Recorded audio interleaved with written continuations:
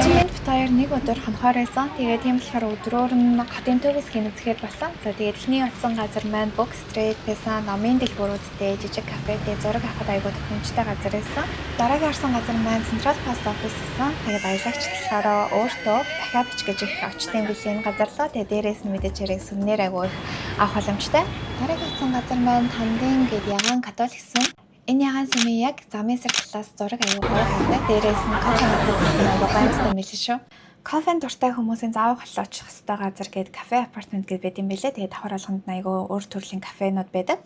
За тэгээ маргааш нь Букок шууд явсан байгаа. Букок руу явхад 1 цаг мөсөл очт юм билээ.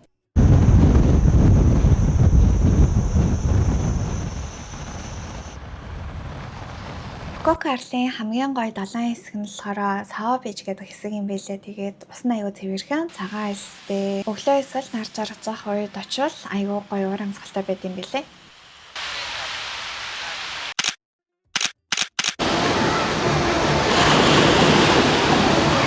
Букок арал дээр нар жаргаж байхыг харахад хамгийн гоёг харагддаг хэсэг болохоор Sunset Beach Bar юм билээ.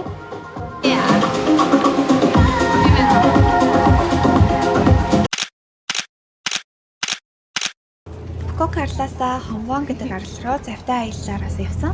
Дотор мохоо гэсэн хүмүүн үү? Ийдээ. За энэ арал руугаа болохоор завтай явж очоод буугаад өдөржингөө байж байгаа буцаад Букок арал руугаа явдсан билээ. Тэгээд энэ арал нь болохоор ус нь аягүй гоё маш тунгалаад, эсн цагаан. Тэгээд усан цэцлэг snorkeling хийхээр хүмүүс аягүй их явдсан билээ.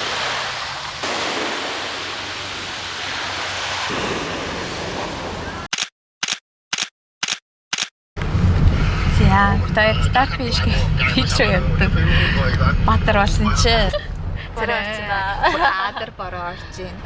Букок арлын бас хамгийн нэг онцгой газруудын нэг бол Starfish Beach руу явсан байгаа. Тэгээ бороод усны дараа зав ирнэ гэдэг. Тэгээд хоёр тэр хоорондоо хоол идчихээ, завиа хүлээж байгаа давиндаа суусан. Тэгээд арал дээрээ очихоор айгүй хурдан улаан далайн уднууд байд юм билээ. Энэ оройд миний аялал дуусч जैन. Дараагийн хэмжлэгээр